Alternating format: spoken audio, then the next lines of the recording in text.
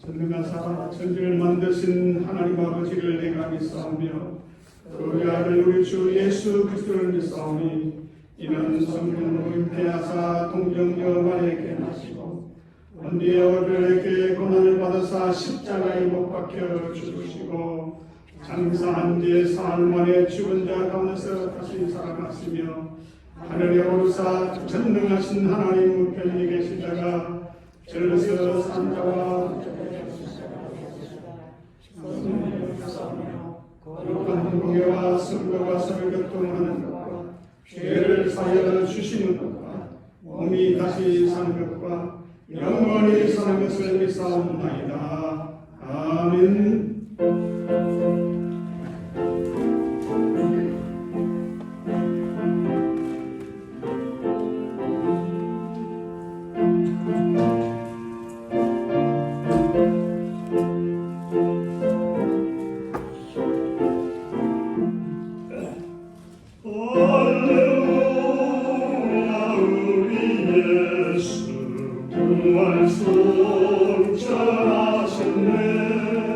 세상 사람 찬양하니 천사가 바로다.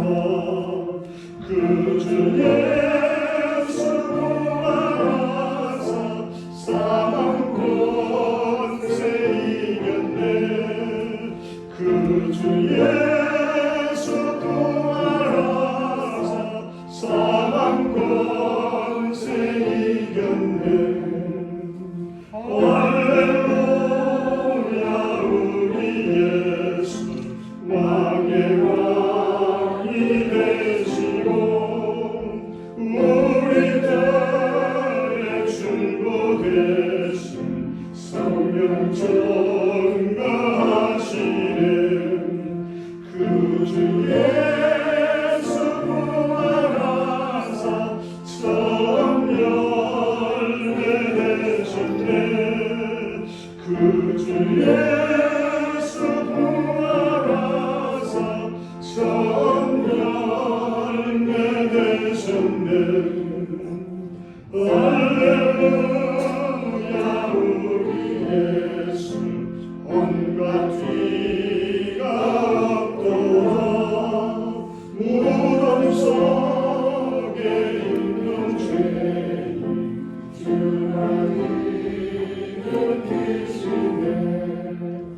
그 주 예수 구하사 영광 주시네. 그 주 예수 구하사 영광 주시네.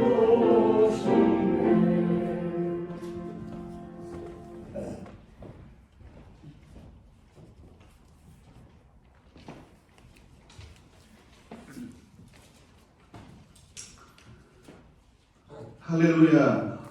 부활이요 생명이신 주 예수 그리스도의 보라심에 찬양과 경배를 드립니다.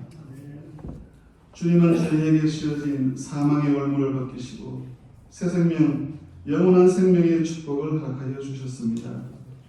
이 시간 그 어느 때보다 더 기쁨이 넘치는 예배를 드리기 원합니다. 주님께서 무덤을 깨뜨리시고 승리하신 그 감격 속에서 온 마음과 전선을 다하여 예배를 드리오니 주님 기쁘게 받아 주시옵소서. 이 시간 지난 한 주간의 삶을 지나는 동안 경건하지 못하였고 주님의 영광을 가렸던 모든 일들을 회개하오니 용서하여 주시옵소서. 이제껏 주님의 부활을 확신하지 못하고 주님을 전가하지 못했던 저희들의 연약한 믿음을 고백하오니 긍휼히 여기시고 이 시간 들려지는 주님의 음성을 통하여 부활의 확신을 갖게 하시고 우리의 매일매일의 삶이 주님을 시인하고 고백하는 증인의 삶이 되게 하여 주시옵소서. 또한 저희에게 열심을 더하여 주셔서 저희 각자에게 맡겨진 직분과 사명을 잘 감당하게 하시고 최선을 다하여 주님의 영광을 드러내는 삶을 살 수 있게 인도하여 주시옵소서. 우리의 수고가 주님 안에서 헛되지 않음을 깨닫게 하셔서 주님의 몸된 교회를 더욱 사랑하고 충성 봉사할 수 있도록 인도하여 주시옵소서. 또한 부활의 기쁜 소식이 온 땅에 충만하기를 원합니다. 이 이 놀라운 구원의 사실을 모르는 이들에게 주님의 참된 복음을 전할 수 있는 저희들이 되게 하시고 세상의 빛과 소금의 역할을 잘 감당할 수 있도록 저희들에게 믿음과 능력을 더하여 주시옵소서.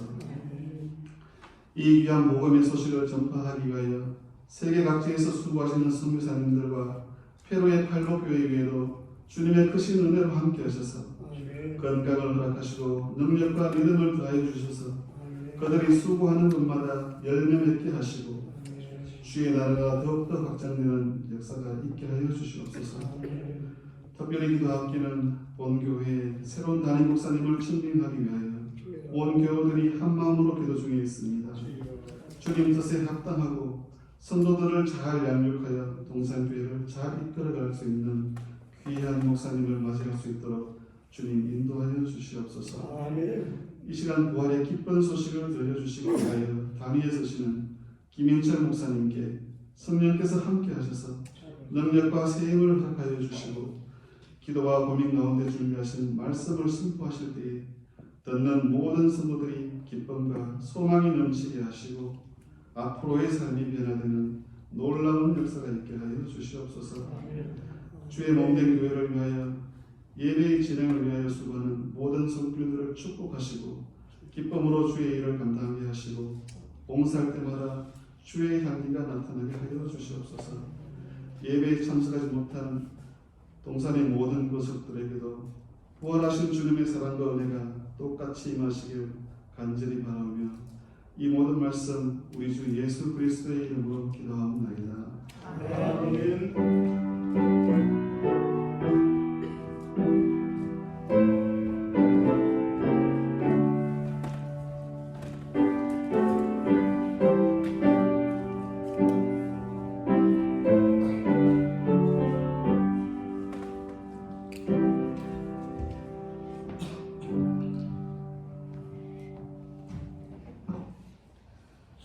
오늘의 말씀은 마태복음 28장 1절에서 10절까지입니다.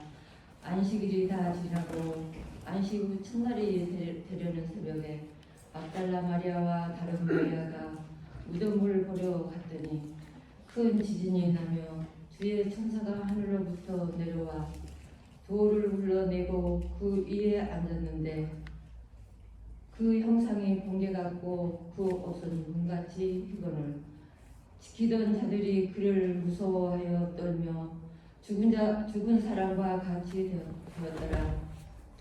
천사가 여자들에게 말하여 이르되 너희는 무서워하지 말라.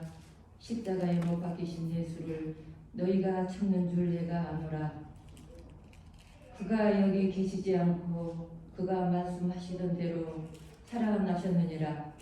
와서 그가 누우셨던 곳을 보라. 또 빨리 가서 그의 제자들에게 이르되 그가 죽은 자 가운데서 살아나셨고 너희보다 먼저 갈릴리로 가시니라. 거기서 너희가 배우리라 하라. 보라 내가 너희에게 일렀느니라 하거늘 그 여자들이 무서움과 큰 기쁨으로 빨리 무덤을 떠나 제자들에게 알리려고 다름질할세 예수께서 그들을 만나 이르시되 평안하냐 하시거늘 여자들이 나아가 그 발을 붙잡고 경배하니 이에 예수께서 이르시되 무서워하지 말라. 가서 네 형제들에게 갈릴리로 가라 하라. 거기서 나를 보리라 하시니라. 이는 하나님의 말씀입니다. 하나님의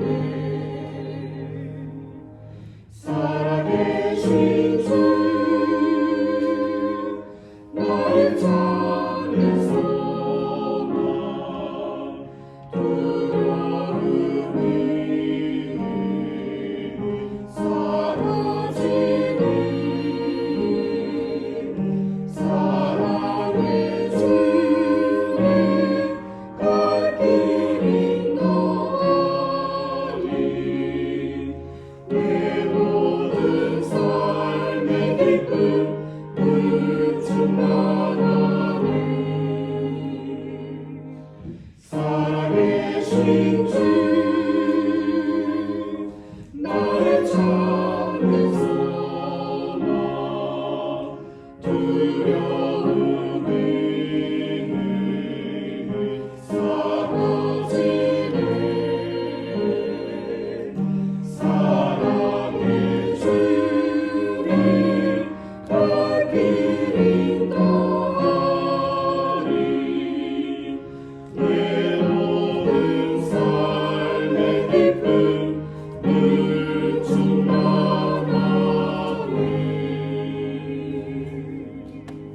네, 수고했습니다. 우리 두 사람과 주의 이름으로 부활을 축하합니다. 이렇게 말씀하셨습니다. 예수님의 부활은 우리의 부활입니다. 그렇습니다. 우리는 죽어도 살겠고 살아서 믿는 자는 영원히 사는 이 놀라운 진리가 우리 마음 가운데 있음을 감사드립니다. 할렐루야. 특별히 우리 제가 존경하는 우리 김인철 목사님 부활절 메시지 전해주실 때 우리 모두 은혜 받는 시간 될 줄로 믿습니다. 목사님 나오실 때 우리 할렐루야 함께 박수로 인사합시다. 할렐루야. 할렐루야. 부활의 기쁨과 소망이 여러분들과 여러분들 가정과 또 섬기시는 우리 동산재단에 함께 하시기를 주님으로 축원합니다. 아멘. 해피 이스터. 오늘 이렇게 참 기쁘고 즐거운 부활 주일날 또 이렇게 부족한 사람이 여러분과 함께 예배드리고 말씀을 전할 수 있게 돼서 얼마나 기쁘고 영광스러운지 모릅니다. 2주 전에 우리 안 목사님, 원로 목사님 추대하는 그런 식을 우리가 거행했었는데 여러분들 교인들이 또 교회가 정말 정성껏 이렇게 준비해서 아주 성황스럽게 잘 마치게 된 것을 감사드립니다. 그다음 예배 마치고 목사들이 많이 참석을 하셨는데 우리가 성당의 연습실에 모여서 오랜 시간 동안 서로 담화를 나누면서 또 준비한 김밥도 먹었는데 아주 김밥 먹은 중에 최고 맛있는 김밥이었어요. 그리고 떡도 아주 푸짐하게 넣어주시고 또 예쁜 타올을 준비해 주시고 여러 목사님들이 동산교회는 늘 이렇게 보면은 아주 손이 크다, 풍성하게 대접하는 그런 교회다라고 얘기를 하면서 감사했습니다. 여러분들 정말 수고 많이 하시고 감사했습니다. 이제 여러분들 곧 후임 목사님을 빨리 청빙을 하셔서 과거보다 더 즐겁게 기쁘게 신앙생활을 할 수 있는 우리 동산재단 되기를 기도하겠습니다. 우리 토론토에서 그렇게 멀지 한 10시간 걸리면은 필라델피아라고 하는 미국의 도시가 있습니다. 그 도시에 템플 대학교가 있습니다. 이름이 템플이에요. 그 영어 템플은 신전 또는 성전이라는 뜻입니다. 그 학교를 설립한 사람이 얼마나 믿음이 돈독하고 하나님을 사랑하는 사람이었으면 학교 이름을 템플 대학교라고 이름을 줬습니다. 한 150년 전에 세워진 그런 학교인데요. 그 학교를 설립한 사람의 이름이 뭐냐면 러셀 콘웰이라고 하는 분인데 이분은 당대의 유명한 그 시대의 법률가면서 나중에 침례교 목사님으로 안수를 받은 분입니다. 그분이 그 학교를 세우게 됐습니다. 템플 대학교. 인류 대학은 아니지만은 굉장히 유명한 대학입니다. 그 학부생, 대학원생 직원들 한 4만 명 되는 아주 큰 학교입니다. 우리 한국 사람들도 굉장히 많이 공부하고 있고 또 졸업한 사람들도 많이 있는 그런 학교인데요. 이 학교를 설립한 코넬이라고 하는 목사님이 그 학교의 교훈을 정할 때에 뭐라고 정했냐면 있어야 할 곳에 있는 사람이 되라. 그게 학교의 교훈입니다. 있어야 할 곳에 있는 사람이 되라. 그 당시만 해도 150년 전만 해도 대학교를 들어가는 확률이 고등학교를 졸업하고 대학교를 들어가는 확률이 15%밖에 되지 않았다고 합니다. 그러니까 그 당시에는 대학교라고 하는 것은 완전히 사회의 지도자를 배출시키기 위해서 세워진 학교입니다. 그 지도자들이 있어야 할 곳에 있는 사람이 되어야 한다. 그런 얘기입니다. 참 아주 의미가 있는 얘기면서 또 우리 신앙인에게도 굉장히 중요한 교훈이라고 그렇게 저는 생각을 합니다. 어저께가 우리 한국의 그 세월호 그 배가 침몰한 지 8주년 되는 해인데요. 그 세월호가 이게 침몰할 때 제가 한국에 있었어요. 그래서 처음부터 끝까지 하루 종일 텔레비전에서 그 침몰하는 장면과 여러 가지 소식들을 전했던 것들을 제가 직접 들었습니다. 이 세월호 침몰 사건이라고 하는 건 우리 한국에 굉장히 큰 이슈가 됐어요. 그래서 여러분 잘 아시다시피 박근혜 정부가 그때부터 무너지기 시작을 한 겁니다. 그런데 국민들에게 큰 공분을 샀던 일이 뭐냐면은 선장의 태도였습니다. 인천을 떠나서 제주도로 가는 배였는데 476명의 사람들이 타고 있었어요. 화물도 엄청나게 많이 실었습니다. 그런데 304명이 물에 빠져 죽습니다. 476명 중에 굉장히 많은 사람이 죽었어요. 근데 그 중에 대다수가 수학여행을 가던 티네이저 학생들이 죽었습니다. 그래서 더욱 국민들이 거기에 대해서 공분을 사게 됐는데, 선장이라고 하는 것은요 굉장히 책임이 중요한 포지션입니다. 그래서 선장은요 그 총을 휴대할 수가 있어요. 그 배에 타고 있는 모든 화물이나 사람에 대해서 그 모든 구금도 할 수 있고 어떤 체포도 할 수 있고 심지어 총을 쏠 수 있는 권리를 줬습니다. 그만큼 이 선장은 책임이 강한 사람입니다. 이 선장이 많은 사람들을 그런 침몰을 하게 되면 사람들을 피신시키고 나서 그리고 기회가 있으면 자기가 마지막으로 거기서 탈출해 나가는 것이 선장의 하나의 임무입니다. 그거는 어느 나라와 마찬가지예요. 그런데 이 선장은 그 사람들에게 그 자리에 그대로 있어라, 그렇게 아나운스멘트를 하고 나서 선장 옷을 벗어버리고 평복으로 갈아입습니다. 왜? 도망가려고. 다른 사람들이 모르게 평복으로 갈아입고 그리고 제일 먼저 도망을 갔어요. 배를 버리고. 그래서 그 사람에게 사형 선고를 내렸습니다. 사실은 과실치사거든요. 과실치사의 사형 선고를 받는 경우는 거의 없습니다. 그래서 이 사람이 또 항고를 했습니다. 지금 무기징역을 살고 있습니다. 100여 년 전에 여러분 그 유명한 영국을 출발해서 뉴욕으로 가던 그 유명한 타이타닉호가 침몰할 때에 참 많은 사람이 죽었어요.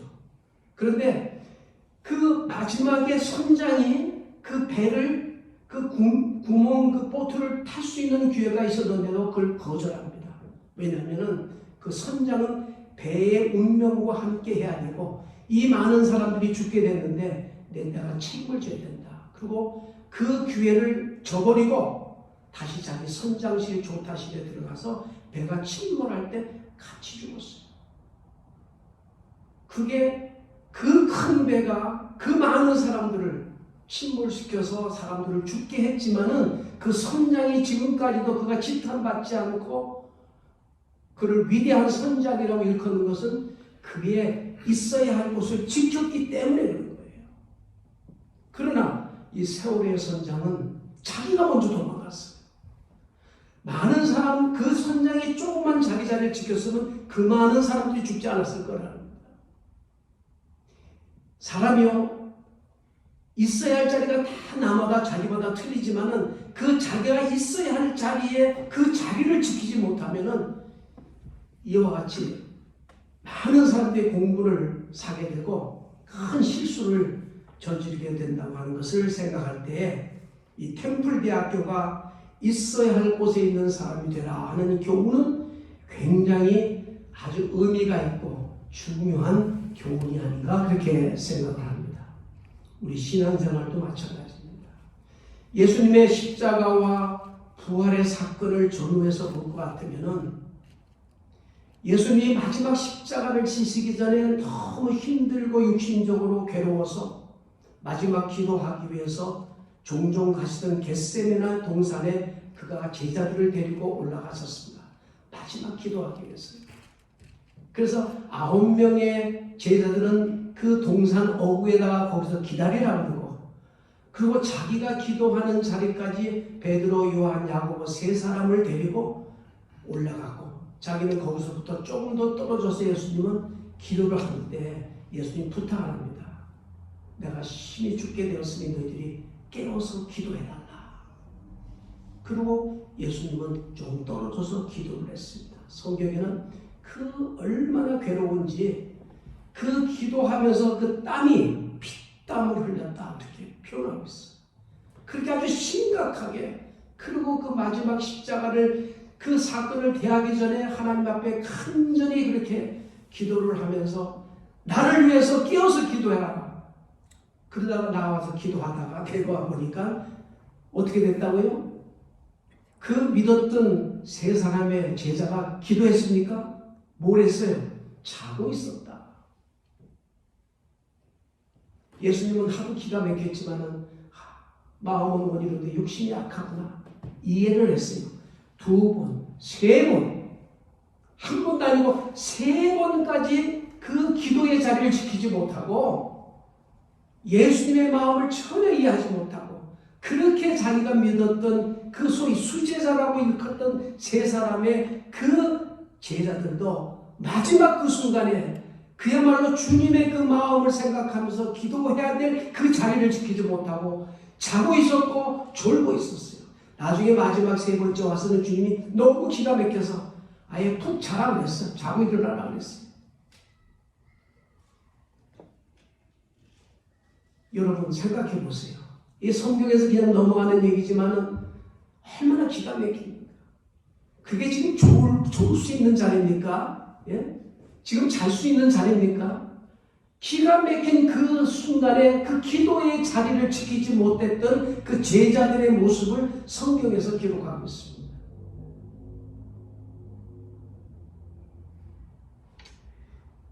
예수님이 12살 때 육신의 부모와 함께 예루살렘 성전을 방문하게 됩니다.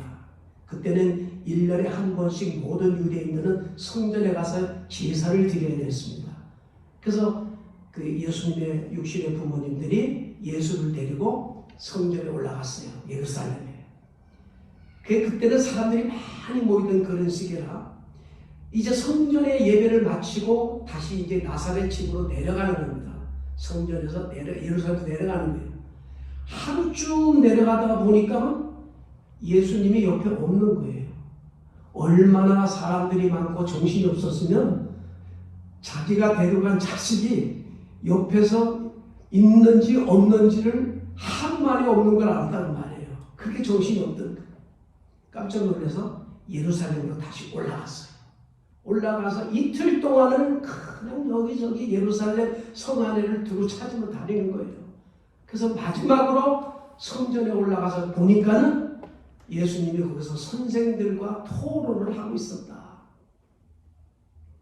그래서 부모가 예수님을 보니까 좀 짜증스러워. 내가 너 찾느라고 3일을 걸렸다. 짜증스럽게 얘기를 한 장면이 나오니까 예수님이 뭐라고 말씀하시냐면 내가 내 집인 성전에 있어야 할 것을 몰랐습니까? 그렇게 반문하는 거예요. 나는 내 집인 성전에다가 은행이 있어야 할 것인데 왜 딴 데서 찾았습니까? 내가 있어야 할 자리는 성전 아닙니까? 근데 왜 다른 데서 3일 동안 찾느라고 고생을 했습니까? 오히려 자기 부모를 그렇게 좀 책망한다고 할까요? 그렇게 얘기한 반문한다고 할까요? 하는 그런 성경의 말씀입니다. 예수님이 계셔야 할 자리는 성전입니다. 예수님. 가룟 유다가 예수님의 은 30냥을 받고 팔아서 배반자가 되고 결국 그것 때문에 그 자살에 죽습니다. 그런데 성경을 가만히 보면요, 가룟 유다가 제자들과 함께 있지 아니하고 제자들을 떠나 있었다 이렇게 나와요. 예, 떠나 있었어요.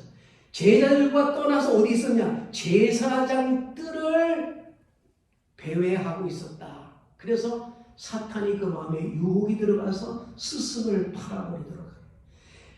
가룟 유다는 제자들과 함께 있어야 할 사람이에요. 왜냐하면 제자이기 때문에 제자들과 함께 있어서 서로 기도하고 서로 격려하고 서로 북돋아줘야 할 그러한 그 자기의 자리를 이탈해서 엉뚱한 제사장 뜰 앞에서 왔다 갔다 하는 바람에 그 마음에 마귀가 들어가서 은 30냥, 그 많지 않은 돈이에요.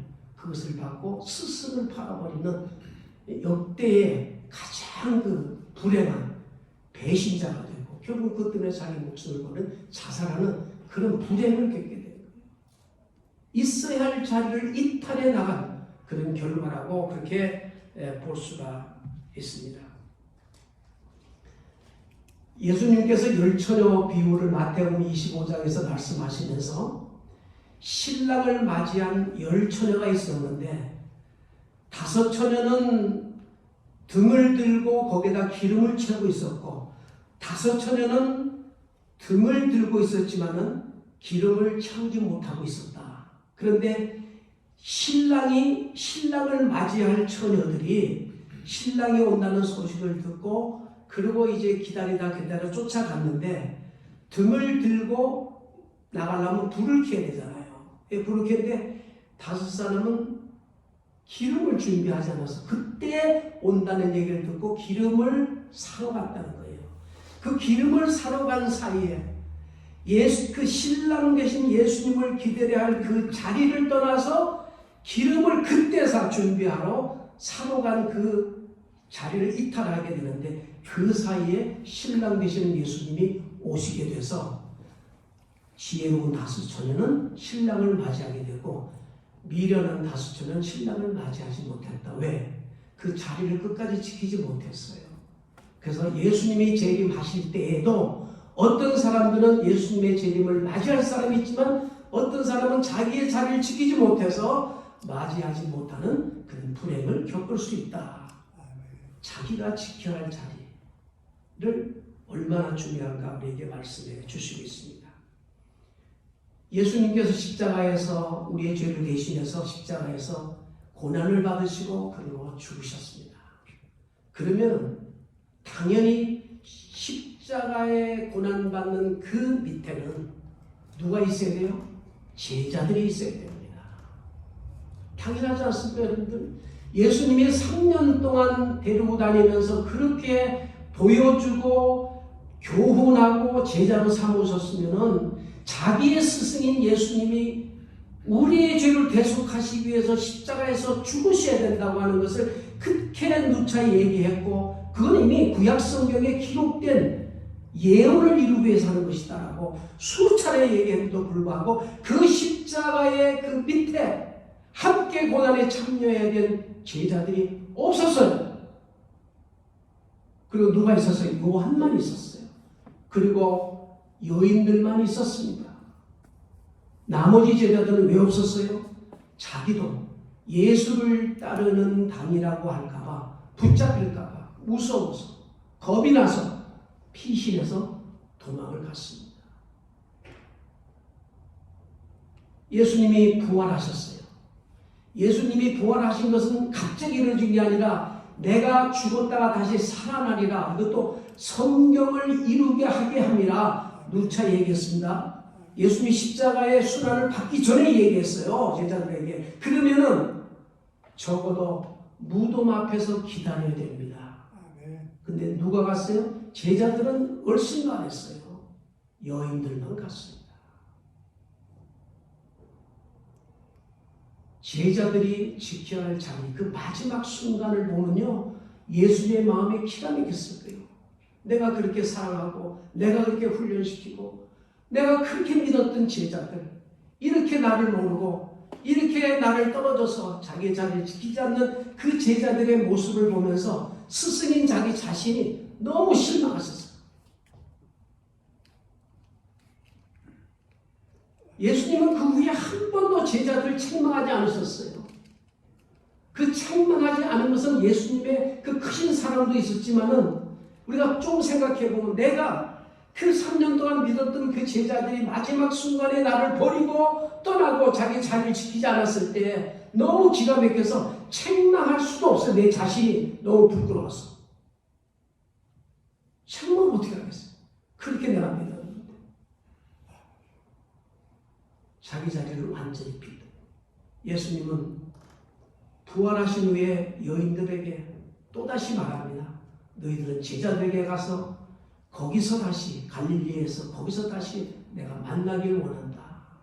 다시 그 메시지를 전하라. 그래서 예수님은 갈릴리에서 다시 만납니다. 왜 갈릴리에서 만나기를 원했을까요? 여러분, 갈릴리는 예수님의 공생애가 시작된 곳입니다. 갈릴리는 예수님께서 제자들을 부르신 곳이에요. 갈릴리는 그 부른 제자들에게 소명을 부어해 줬던 곳이 갈릴리 땅입니다. 그 부활하신 주님께서 갈릴리에서 다시 제자들을 만나기를 원하셨어요. 왜 그랬을까요?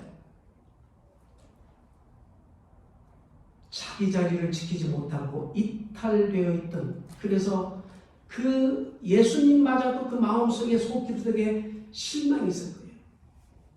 그래 그들에게 다시 첫사랑을 회복시키고 저들이 가졌던 그 첫 소명을 다시 회복시켜 주시고, 그리고 부활한 자기의 모습을 제자들에게 확증시켜 주시고 그 부활의 믿음을 다시 갖게 해주셔서 그 제자들이 다시금 믿음을 가지고 자기 자리를 지킬 수 있는 그런 제자들이 되기 위해서 예수님은 다시 갈릴리로 그들을 불렀다고 그렇게 믿습니다.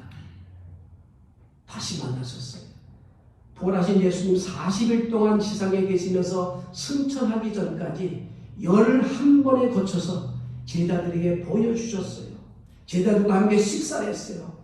그리고 못이 박인 손바닥을 만져보라고 그랬어요. 창이 찔린 옆구리를 만져보라고 그랬어요. 그건 왜 그렇습니까? 부활을 확증시키기 위해서. 예수님이 내가 부활할 것이다, 성경에 부활할 것이라고 하는 그런 것을 알고 있었지만은 그들은 믿을 수가 없었을 거예요. 왜? 부활한 사람을 보지 못했기 때문에. 부활의 믿음이 없었어요. 설마 그럴까? 설마 그럴까? 반신반의했을 겁니다. 그런 제자들. 그래서 그들이 아마 자기의 자리를 이탈했는지도 모릅니다. 그런 제자들을 아신 주님께서 다시 갈릴리에서 그들을 불러 모아가지고 그 부활의 모습을 직접 보여주면서 같이 식사도 하고 같이 몸을 만져보게 하고, 그래서 부활했다고 하는 것을 확증시키고 부활의 믿음을 갖게 하고 다시 그 믿음을 회복시켜서 이제는 그런 부활의 믿음을 가지고 죽음은 죽으리라고 하는 그 마음을 가지고 세상 끝까지 복음을 전하는 그리스도의 제자가 되기 위해서 그들을 거기서 만나기를 원하셨던 것입니다.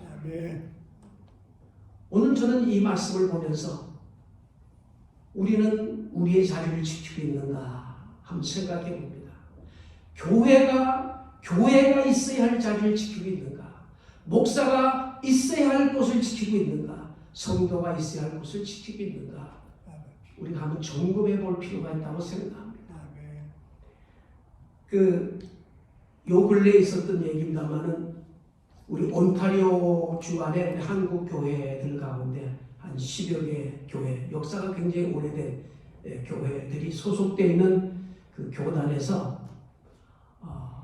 작년에 동성혼 결혼하는 것과 그리고 동성일에도 목사 안수나 장로 안수를 받을 수 있도록 허용을 했습니다. 총회가.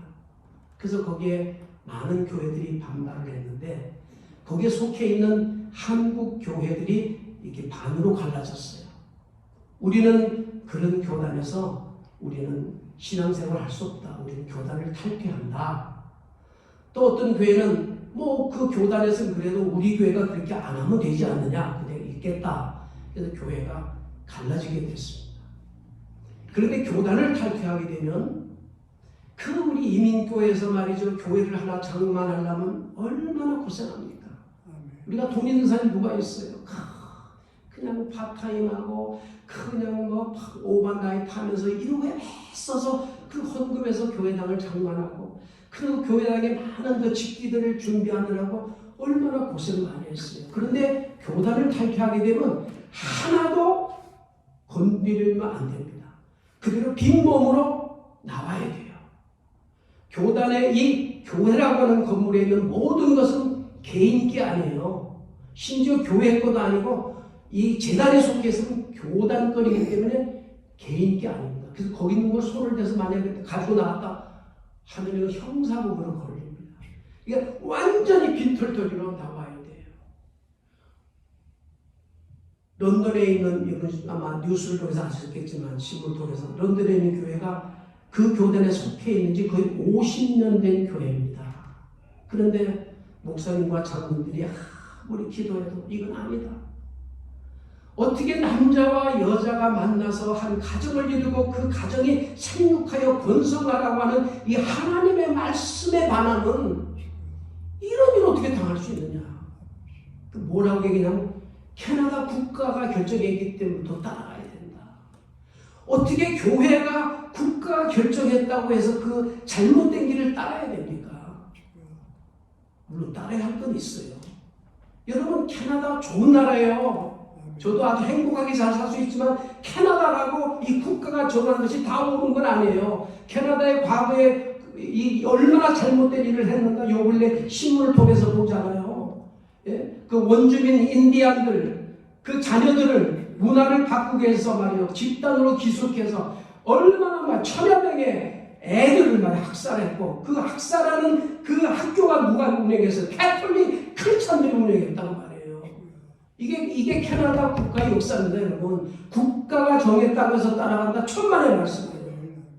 교회는 국가가 결정해서도 잘못된 건 잘못된 거다라고 얘기할 수 있는 게 그 교회가 돼요. 교회가 세상의 통제에 따라가면 그건 교회가 아닙니다, 여러분. 우리의 기본은 성경에 있는 겁니다. 성경 말씀대로 하지 않는 우리가 따라서는 안 되는 거예요. 비록 우리가 빈손 들고 아무리 내가 교회당을 사고 뭘 많이 준비했더라도 그걸 다 내놓고 간더라도 나가야 되는 거예요. 내가 저는 그 한국 신문을 보고 그걸 알았어요. 그 목사님한테 내가 전화했습니다. 얼마나 그 결정하기 힘들었을까. 생각해 보세요. 그게 쉬운 일입니까? 예? 그거 준비하는 걸 얼마 있습니까? 그래서 내가 식당도 초청을 했어요. 부부를. 그래서 제가 밥을 사드리면서 제가 격려하고 기도해 드렸습니다. 하나님, 참 힘든 시기에 이 살고 있는 이 교인들 이렇게 하나님의 말씀을 지키기 위해서 모든 것을 포기하고 광야의 길을 저렇게 스스로 나오기를 결정하지 않았습니까? 하나님, 힘주세요. 도와주세요. 용기가 굴하지 않도록 도와주시기 바랍니다. 기도를 그렇게 했습니다. 참 너무 장하더라고요. 너무 장해요. 저는 그 교회를 너무 잘 알고 있거든요. 저는 그 교회를 한 45년 전에 가서 설교하고 매 목사님 바뀔 때마다 설교하고 그 교회에서 굉장히 애정이 있는 사람인데 야 얼마나 믿음이 투철했으면 그 좋은 것들을 다 버리고 목사님들은 자기 펜션도 다 포기하고 나오는 거예요. 그래서 오늘까지 예를 들고 다음 주일날 나가는데 서양교회 렌트해야 됩니다. 오전 예배 못 드려요. 오후 예배 드려야 돼요. 아무것도 없어요. 그 교회에서 쓰는 대로 그냥 빌려서 써야 돼요. 그래서 정월 첫 주일날 나가서 빌려서 예배를 시작한다. 속으로 걱정이 됐어요. 이 교인들이 이거 안 나오면 어떡하나. 제가 그 첫날 런던을 갔습니다. 가서 보니까 예배 시간 10분 되니까 막 사람들이 구름처럼 모여드는 거예요. 눈물이 나더라고요. 살아있구나. 다 그러면 어느 교회는 우리는 안 나갑니다. 우리가 이 교회당을 준비하고 30년 동안은 몰개지를 갚았어요. 몰개지를 갚은 지가 몇 달 안 되는데 이제 이 교회당을 다 내놓고 우리가 나가라는 건 우리는 도저히 못하겠습니다. 나가려면 목사님 혼자 나가십시오. 우리는 못 나갑니다. 그런 교회도 있어요. 그런 어떤 교회는 다 놔둬. 불과 한 3주 전에 제가 살고 있는 나야가라에 저희 집 한 10분 거리에 그 교단에 속해 있는 교회가 하나 있었어요. 그 교회도 나왔어요. 그 교회당은요, 그 어떤 권사님이 어렵게 이민생활하면서 그 교회당을 사고 해서 10만 불 내고 그 뭐 여러 가지 뭐 피아노 이런 거 다 사드리고 막 그런 권사님도 계신 제가 아는데 그 다 나왔어. 한 패밀리만 안 나간다고 그랬대요.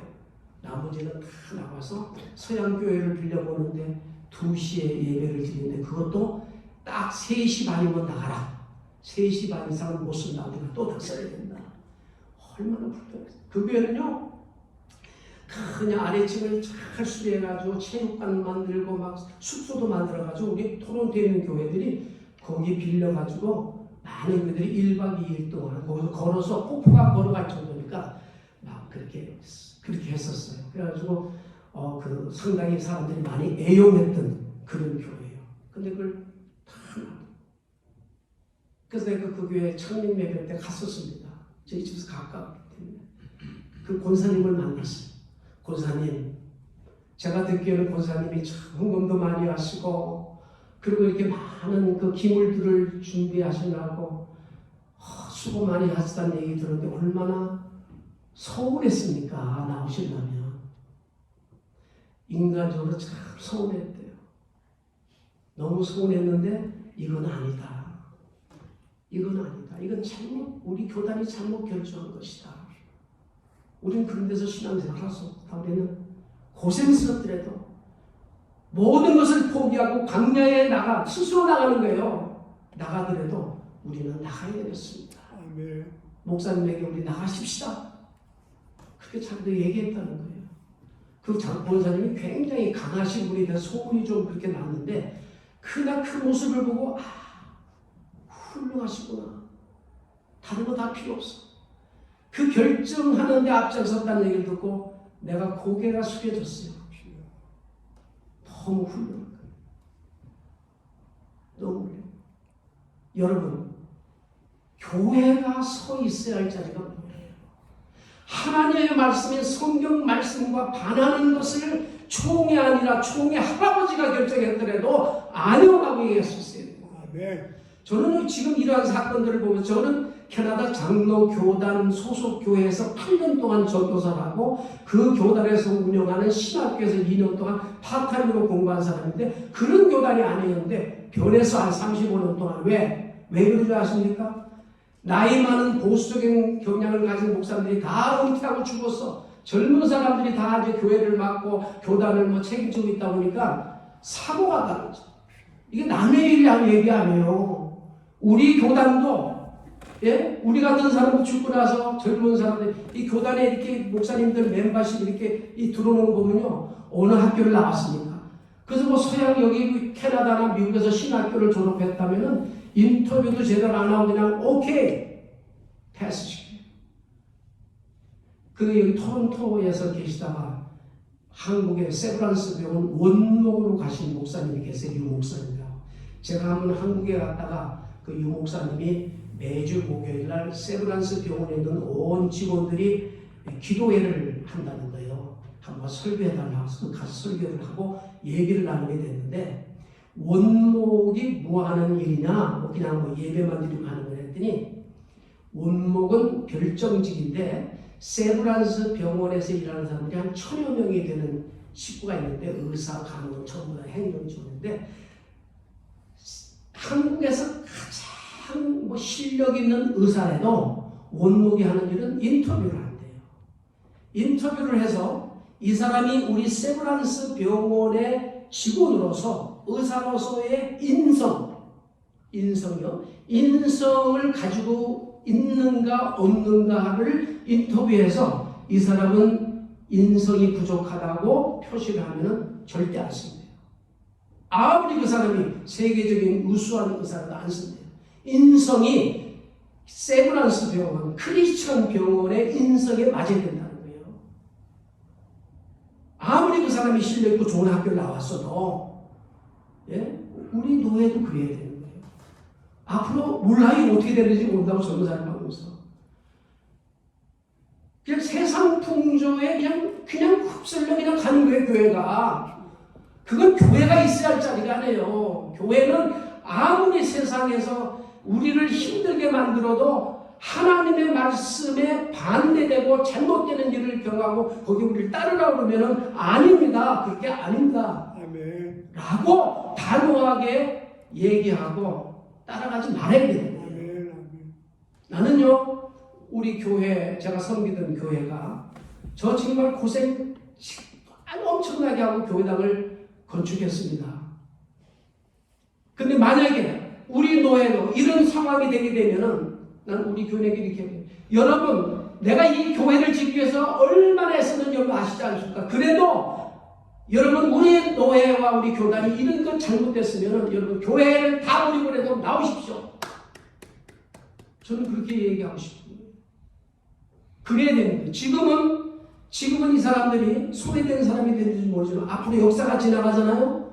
이 얘기는 끝이지 않습니다. 우리 교회는, 우리 교단이 잘못된 결정, 성경에 반하는 결정을 해서 우리는 거기에 따를 수가 없어서 나와서 새로 시작한 교회다. 그 역사는요, 절대 없어지지 않거든요. 아멘. 절대 안 없어집니다. 그래서 내가 그분들 교회에 가서 그 얘기를 했습니다. 여러분들 지금 힘들죠? 너무 아깝죠? 너무 서운하죠? 그러나 여러분, 여러분의 그 신앙, 여러분의 그 자리를 지키기를 원하는 그 마음을 주님은 아십니다. 아멘. 주님은 여러분들 교회 정말 축복하실 거예요. 여러분들 재단을 기뻐하지 않은 누구를 기뻐하겠습니까? 여러분 지금 힘들더라도 또 그동안 같이 신앙생활 때 살고 헤어졌다 하더라도 여러분의 그 신앙을 그대로 지키길 바랍니다. 그래서 제가 위로하고 격려하고 축복하고 그 양쪽 교회에 다녔습니다. 지금 이런 세대예요. 이게 지금 남의 얘기인 줄 알았어요. 그랬더니 바로 우리 가까이서 이런 일들이 생겼다. 이게 남의 얘기하고 우리 얘기가 될 수가 있습니다, 여러분들. 우리가 정신 차려야 되고 우리의 자녀들에게도 분명하게 가르쳐야 됩니다. 저는 우리 노회에 앞으로 그런 기회가 있으면 이걸 샘플로 해서 앞으로 회원, 젊은 목사들을 회원으로 받아들일 때에 정말 신중하게 아멘. 받아들여야 되는 걸 강조하고 싶습니다. 아멘. 우리 성도의 자리는 또 어떤가? 팬데믹으로 인해서 2년 이상을 우리가 성전 예배, 대면 예배를 드리지 못하는 한 번도 교회를 지금까지 안 나온 교회들이 있어요. 지금 모든 한국 교회들이 60%밖에 출석을 안 하고 있습니다. 아니, 두려워하고 아직도 여기 위험한 건 마찬가지죠. 그래서 지금 한 20%는 아주 잊어버릴 것이다. 그렇게들 내다본다고 그래요. 그런데요, 우리 성도가 하나님 앞에서 해야 될 가장 중요한 것은 물론 우리가 온라인으로 예배 드릴 수 있어요. 말씀 드릴 수 있고 설교 말씀 드릴 수 있고 우리 신앙생활 할 수 있습니다. 그러나 우리의 신앙이라는 건요, 말씀만 듣는다고 되는 게 아닙니다. 하나님의 교회에 나와서 사람들과 함께 동역하고 서로 협력하고 섬기고 부닥치기도 하고 그러면서 우리의 신앙이 성숙해지는 거예요. 네. 혼자 신앙생활하면요, 부닥침이 없기 때문에 성숙이 안 되는 겁니다. 어떤 분들은 그래요. 온라인으로 예배 되게 편하대요. 그냥 꼴보기 싫은 사람도 안 보고 그냥 이렇게 편하죠. 양복을 입고 나올 필요도 없고 집에서 그냥 시간 내고 드리고 시간 없으면 나중에 틀어보면 되고 큰일 났어. 그냥 그렇게 막 세틀되면 큰일 난다는 거예요 지금요. 근데 60%밖에 안 나와요. 아무리 목사가 얘기해도 안 나와. 이제 곧 마무리 이제 되면 다 나와야 돼.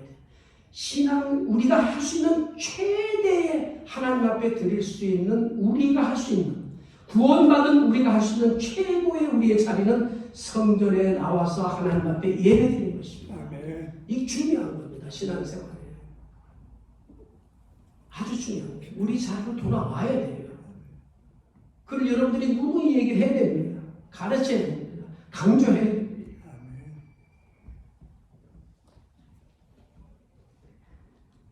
오늘 2022년도 부활절에 예수님께서 제자들에게 갈릴리에서 다시 만나기를 원하시는 겁니다. 그동안 십자가의 사건과 부활의 사건 속에서 그 자리를 이탈한 그 제자들의 모습을 보면서 부활의 확증 보여주면서 부활의 믿음을 가지고 그들이 새롭게 자기의 자리로 돌아가서 복음을 위해서 자기의 목숨까지도 버릴 수 있는 그런 제자가 되기 위해서 갈릴리에 다시 모이게 한 것입니다.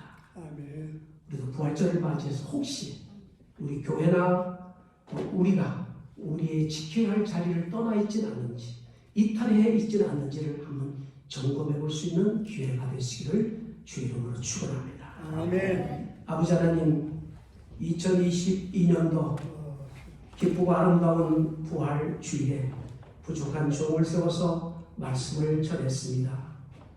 부활하신 주님께서 제자들을 다시 갈릴리에 모으시고 그들에게 부활의 확증시키시고 부활의 믿음을 통해서 그들이 지켜야 할 자기의 자리로 돌아가도록 하시고 그들이 이제는 복음을 위해서 순교자의 자리에까지 갈 수 있도록 그들을 새롭게 변화시킨 그 주님의 은혜를 감사드립니다. 혹시 우리가 이 시간 우리의 교회와 우리의 모습들이 우리의 지켜야 할 자리를 이탈하지 않는가를 점검하면서 돌아갈 우리의 자리를 찾아갈 수 있는 우리 모두가 되게 하여 주옵소서. 아멘. 예수님 이름으로 기도하옵나이다. 아멘.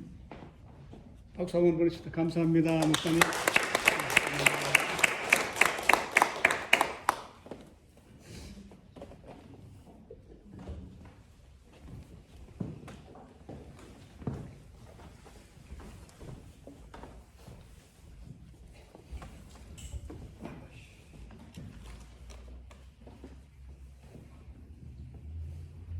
마음과 정성을 주님께 드릴 수 있는 기회를 주시니 감사합니다.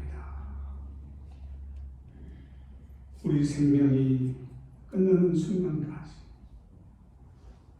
주님 오시는 그날까지 우리의 모든 생각과 마음, 우리의 물질이 주 앞에 드려지는 은혜를 베풀어 주시옵소서. 아멘. 우리를 더 풍성케 하기 위하여 우리를 부르시고 말씀에 약속된 것을 성취하기 위하여 우리의 믿음을 보시는 주여, 기쁨으로 감사함으로 드리는 우리 온 성도의 신령과 가정 위에 그 은총으로 함께 하옵소서. 아멘. 우리의 정성을 기쁘게 연락하시는 주 예수 그리스도의 이름으로 기도합니다. 아멘.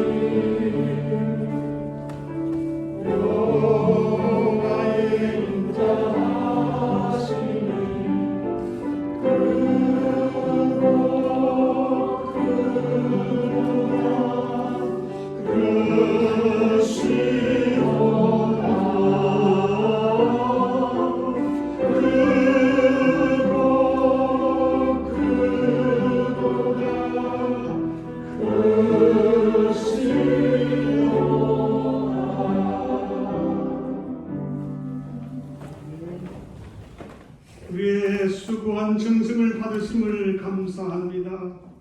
11조를 드리며 감사 예물을 드리며 우리 자신을 드리는 마음으로 주 이름을 드리는 손길에 하나님 함께 하시고 손에 일해 주의 역사를 이루게 하시고 말씀의 성취를 이루는 은총을 베풀어 주시옵소서.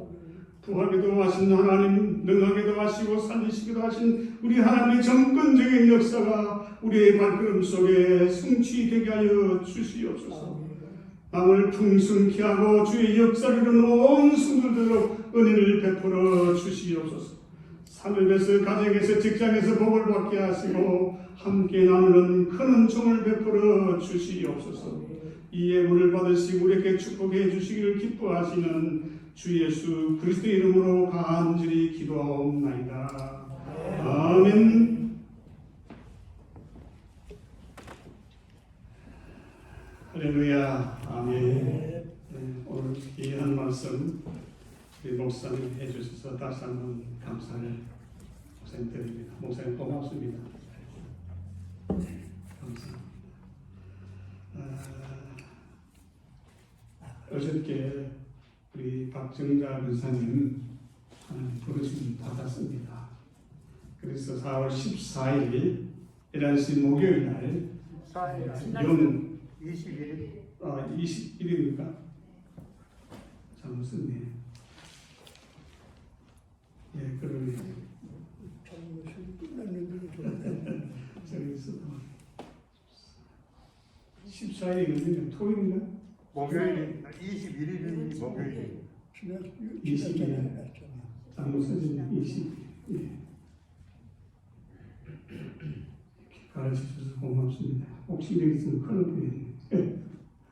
4월 21일 목요일, 이번 주 목요일이에요. 21일 맞아요? 네. 예. 4월 20일. 어저께, 21일. 예, 어저께 돌아가셨습니다. 어저께 아침 6시에 부르심 받았습니다. 한 4차례 저기 가서 이제 신방을 했습니다. 근데, 아프시가지고 아들 집에 있었어요. 저 미시사가 거기 계시는데 제가 한 매주 토요일 만에 가서 이렇게 기도드렸는데 지난 주에 갔을 때는 손발이 많이 붓더라고요. 그래서 이 사람이 아니 손발이 붓면 안 되는데 그랬는데 어저께 이렇게 하나님 부르심을 받았습니다. 우리 권사님 기도 많이 하시는데 기도의 분들이 이렇게 하나님 자꾸 불러가시는데 다시금 기도하는 우리 권사님 꼭 되시길 부탁드리고요. 4월 21일 11시 목요일입니다. 오늘 목요일 11시에 발인과 장례 하간 예배 아마 그 영하고 세판이 있는데 중간쯤에 보면 수중에 보면은 그게 아마 장지가 있습니다. 불과 아마 발인 예배하고 하간이 한 15분? 많이 걸려 15분 정도 참나 빨리 보면 10분 정도 되겠죠. 우리 성도님들 가셔서 이렇게 두 아들 조카가 있는데 그 조카를 아들같이 키워드렸습니다. 그러기 위해서 좀 위로하는 그런 시간을 가져주시길 다시 한번 부탁을 드립니다. 그리고 무엇보다도 다음 주일에는요 우리 청빙위원들이 이렇게 이제 결정해서 제일 탑으로 있는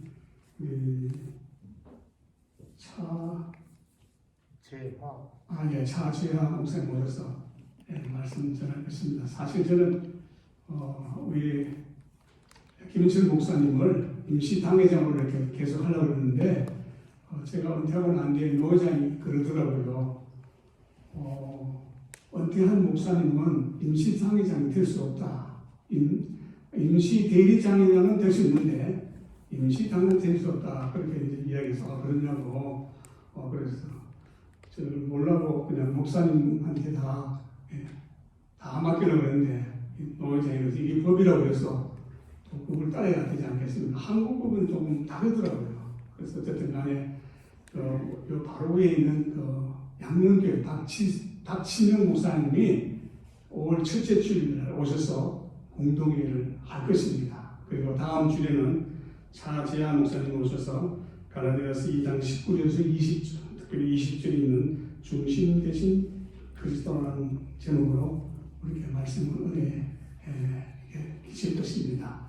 다음 주에 이렇게 목사님 오실 때 우리들도 준비하는 마음으로 다 이렇게 넥타이를 매시고 다음 주에 그렇게 오셔서 우리가 예를 좀 많이 갖췄으면 좋겠어요. 사실 우리 김 목사님 끝까지 다 했으면 참 좋았을 텐데 제가 이렇게 추천서를 다 보는데 목사님 그 추천에 대해서 혹시 말씀할 게 있으면 한번 해주시면 좋겠어요. 이쪽에 나오셔서 목사님. 제가 아니 여기서 말씀드리죠. 이제 여러분들 들어온 거를 이렇게 봤는데 높아심에서 말씀드리는데 우리 노회의 어떤 교회가 얼마 전에 목사님을 이렇게 두 분을 선을 보고 공동회를 해가지고 의견이 갈라졌어요.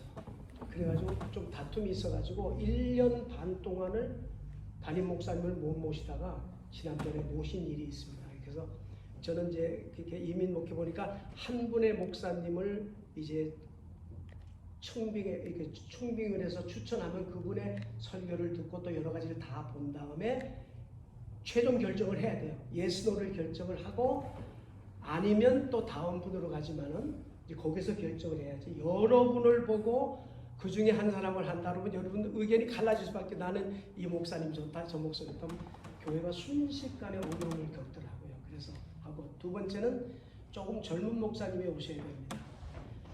물론 좀 1.5세 같은 목사님이 오시면 가장 좋은데 담임 목사가 나이가 많으면 교인들이 젊은 사람들이 안 와요, 이상하게. 그래서 가급적이면 젊은 목사님이 오시는 게 좋다. 그리고 뭐 2세처럼 영어를 못해도 충분히 영어를 다 알아들을 수 있는 그런 분이 오시면 더 좋겠다. 그렇게 생각을 합니다. 이렇게 높아심에서 여러분들에게 말씀을 드리고 또 이런 일 때문에 교회가 어려움이 서로 겪으면 안 되니까 잘 이렇게 생각해 주시면 감사하겠습니다.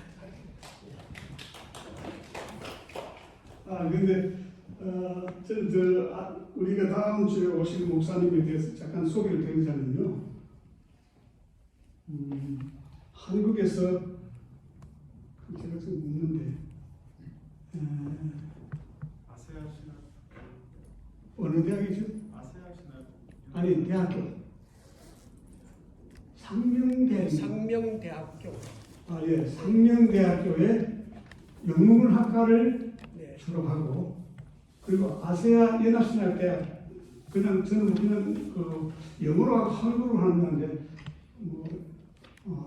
목사님이 이렇게 말씀하시는데 그 아세아 연합신학대에서 목사님 또 아시는 거 있습니까? 했어요, 여기서 했어요. 목사님 아세아 연합신학 우리 한국에는 영어로 예를 들면 목회학 석사 학위를 하는 학교가 두 학교가 있습니다.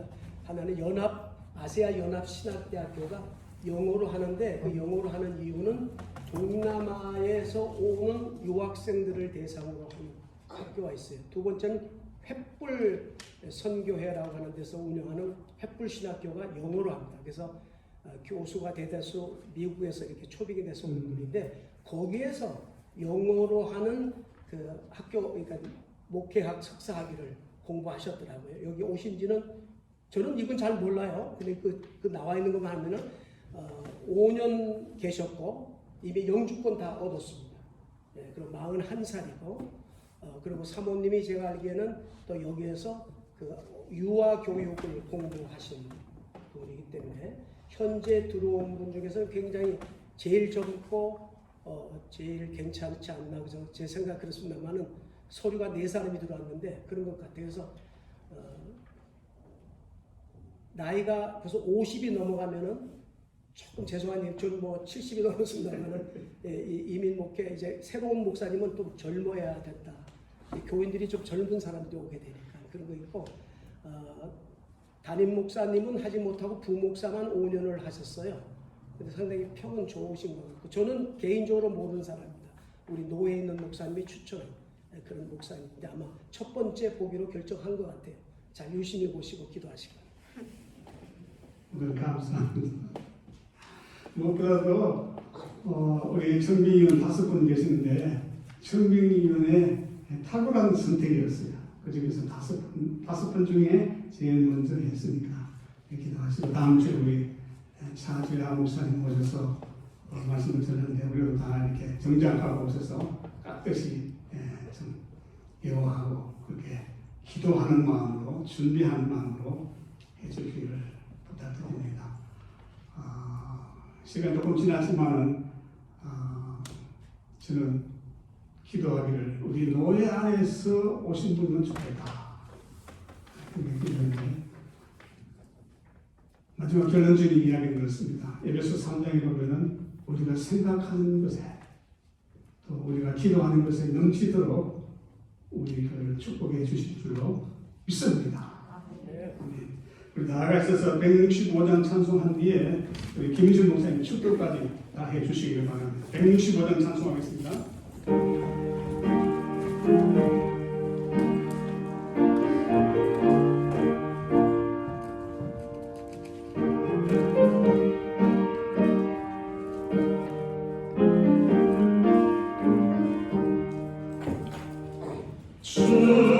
주님께 영광 다시 사신 주 사망 권세 모두 이기시었네 흰 옷 입은 천사 돌을 옮겼고 누우셨던 곳은 비어 있었네 주님께 영광 다시 사신 주 사망 권세 모두 이기시었네 부활의 주님 나타나시사 두려움과 의심을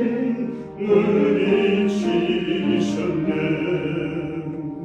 주의 교회 기뻐 찬송하여라 다시 사신 주님 죽음이었네 주님께 영광 다시 사신 주 사망 권세 모두 이기시었네 생명의 임금 영광의 주님 주님 없는 삶은 헛된 뿐이라 주의 사랑으로 세상 이기고 영원 간나 온양 가게 하소서 주님께 영광 다시 사신 주 사망 권세 모두 이기시네